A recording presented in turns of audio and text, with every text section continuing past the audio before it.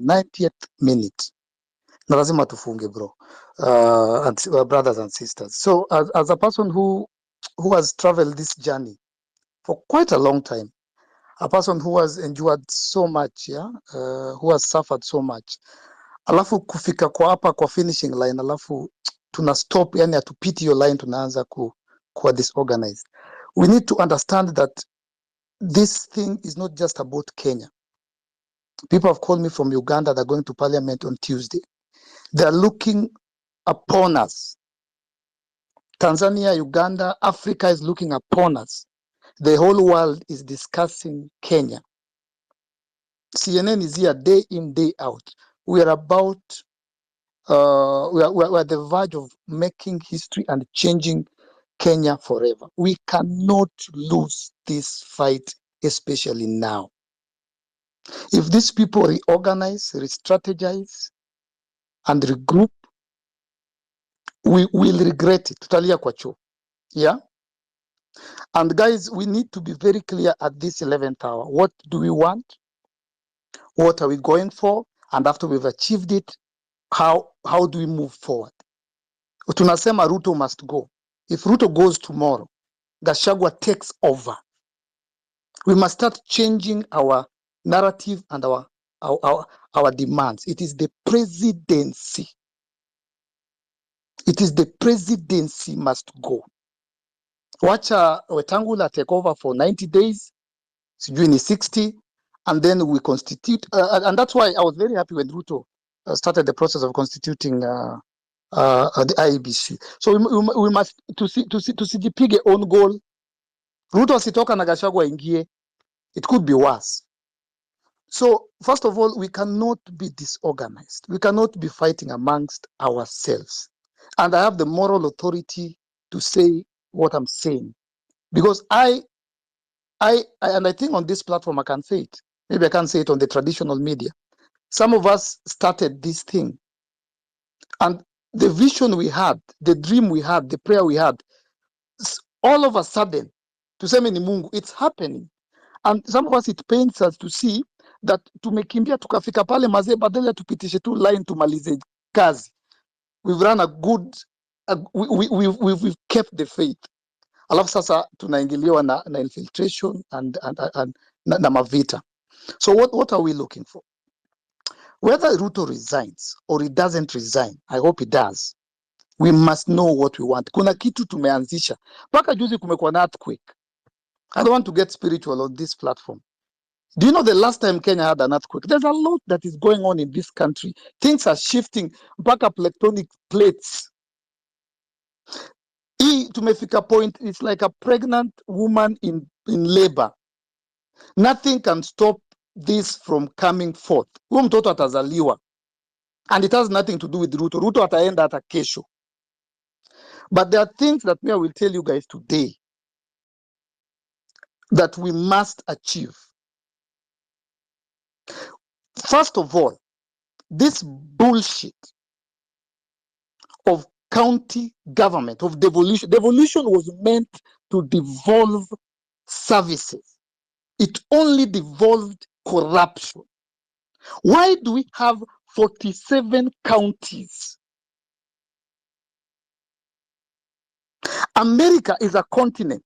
The country of America is the size of a continent. They have 50 governors. Why do we have 47 governors and 47 senators? What are the work? Kazi ya women rep ni nini? Why do we nominate MCAs and MPs and senators? Immediately we achieve, because we shall achieve. We must revert back to 8 counties. Nimeona leo kufuni governor yupi. You know what's going on with Wamatangi? You know what's going on with the governor Alinini? Alinunua crate moja so that 1 million. Kuna mwingine amefungua bridge. A very small bridge. Hata hakuna maji. Just on a flat surface. I don't know if you saw the bridge. We must do away with the 47. Do you know how big Texas is? The state of Texas. Na nilisema juzi mtu ananipinga. Kenya goes into Texas 2 times. And it is led by one governor effectively. Texas is the size of Kenya twice.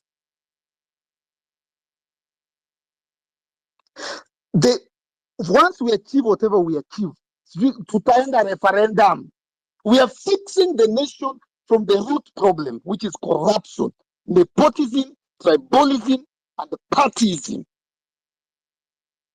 Hizi pesa zinapotea kwa county, zinapotea na Sakaja na our governors.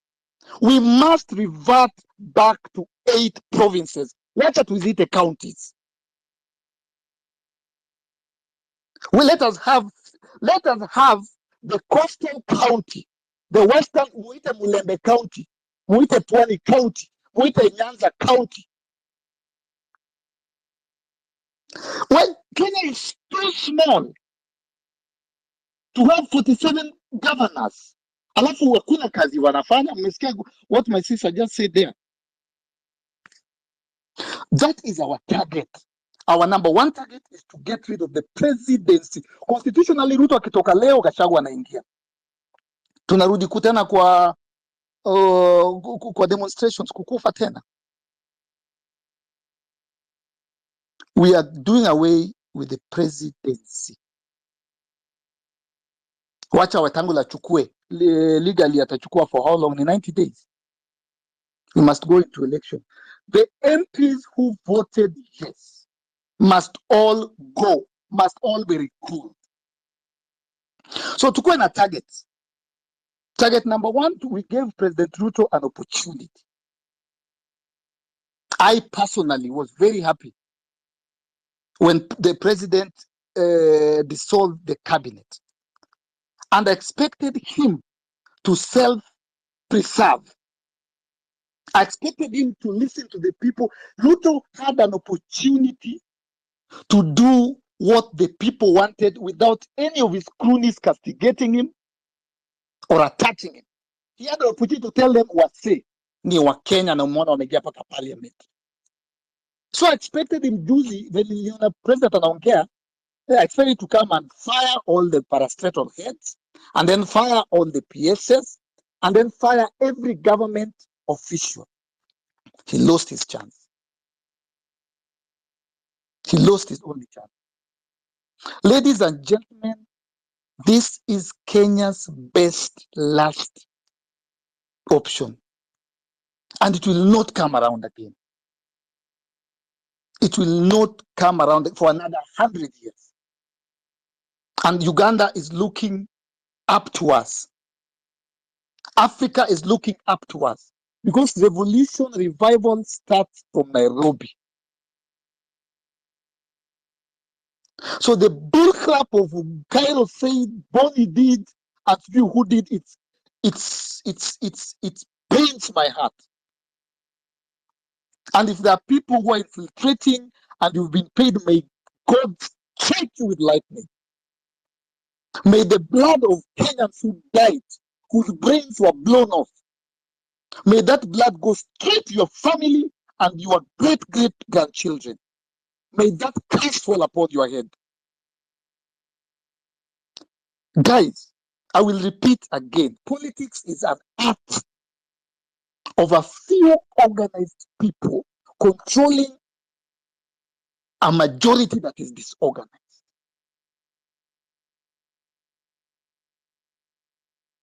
Mimi nimeshikwa 13 times. I've been on the street for 3 years. Nikiitwa cloud chaser, joker, comedian. But finally I wake up and I see it's happening. Guys, tumepewa pena. Hata goalkeeper ametolewa. Tukihata tumehata. And I know Ruto's people are on this platform. Listen and listen to me carefully. You guys had an opportunity. And President Ruto still, junajua mko hapa ndani. You had an opportunity. You still have an opportunity. Tell President Ruto to fire his cabinet again tomorrow. Asingoje Tuesday. Fire all PSs. Fire all parastatal heads. Fire every single government official. And then maybe, perhaps maybe, that is the only way. Now, if the president attempts to do anything that we've had or seen before, akileta dialogue, alete committee, alete all platforms, the president knows what people are calling for. And this is not even about Ruto. This is about injustices that have existed since 1963. And Ruto is the last of his generation. The best he can do is try to forge a legacy. We have given him that opportunity. Fire your government, and the least you can do is call for, allow us to recall these MPs. Na wewe tutakutana wewe 2027 venye unasemanga, ama call for election. But hii direction ya kuthreaten, there are 53 million Kenyans, and we must realize this, against less than 2,000 government officials, from president to MC hawafiki hata 2,000, wakienda sana 2,500, against 53 million.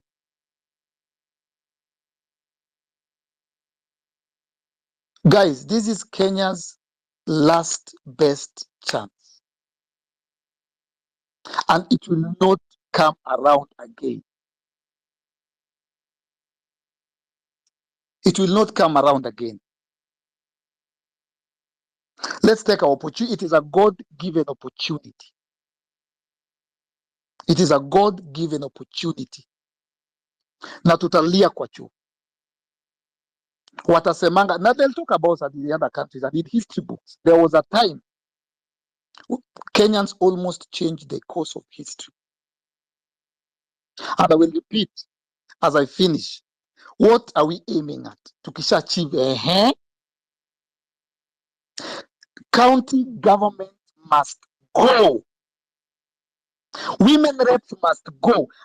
What is the work of 47 women reps who are earning from taxpayers' money if within the 2024 finance bill there was a clause taxing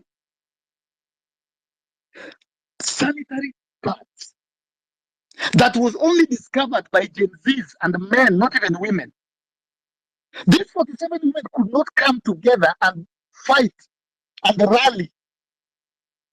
Kazi yao, they must go. Kazi ya women reps ni nini? Na hata hao MCAs, even these MCAs, they will one day very soon explain to us kazi yao ni nini. Kazi yao ni nini?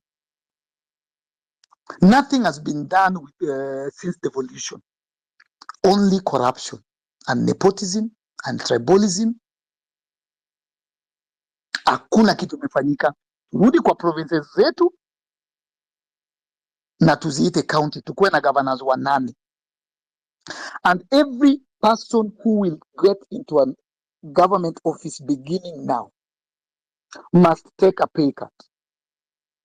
Because I'm assuming those are not people we know. We are giving them an opportunity. Tunakupea opportunity, atukujui. You are fresh, whether you are Gen Z, ama we ni millennial. We are starting afresh. You will take a pay. Utachukua mshahara tumekuwapea. Will not be unfair. Haitakuwa very high, haitakuwa very low.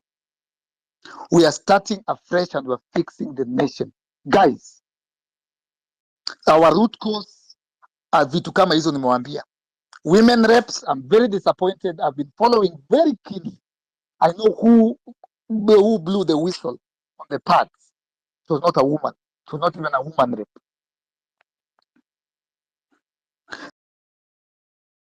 This world. wanafanya kazi gani? They are not accountable. Afadhali hao wengine wameelektiwa, wanaogopanga juu wanaona watarudi, kura itaenda. Huyu mwingine ako nominated, ana serve nani? Constituencies wake ni nani? Ako accountable to nani? Hizo ni vitu za Moi. And finally, as I finish, kuna wakina Jomo Kenyatta, Oginga Odinga, Ochieng Aneko, Bildad Kagia, we know them. The first generation, they fought for this nation. And they gave us freedom from the white man. We had the second liberators. Sijui na waite liberators.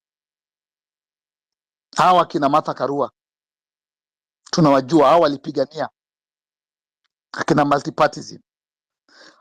We must recognize that another one is happening now.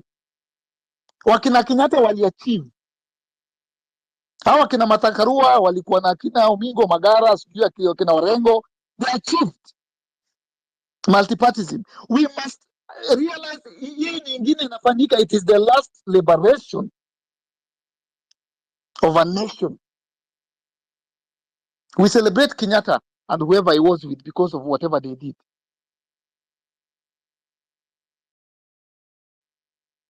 So guys,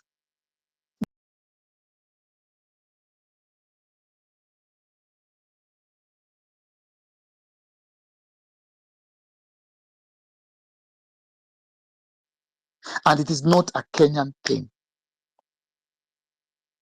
This is an East African